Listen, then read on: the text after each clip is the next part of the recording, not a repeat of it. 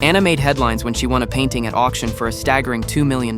Thrilled by all the attention, she immediately called Mark to share the news. Just as he was promising to reimburse her, she noticed something strange. Someone nearby had teeth that were actually glowing. Moments later, she heard a commotion in the distance. Curious, she moved closer and watched in horror as a person collapsed to the ground, convulsing before going completely still. Witnessing the death firsthand, Anna realized this was no terrorist attack. The incident quickly became a global sensation. Analysts around the world weighed in, with many pointing out that this didn't fit the profile of terrorism at all. Instead, it seemed more like a deadly virus that exclusively targeted the wealthy. Every infected person's teeth would glow right before they dropped dead, and the richer they were, the faster they died. This theory sent shockwaves through society. Ordinary people feared catching the disease from the rich, while billionaires scrambled to flee. When Anna arrived at her office, she found her boss had completely lost his mind, his teeth already glowing. As the company crumbled, factories shut down one after another, and unemployed workers began rioting in the streets. Anna reached out to Mark for guidance. He urged her to spend all her money immediately, ideally transferring her assets to someone else before most people caught on. Once the crisis passed, she could figure out how to get it back.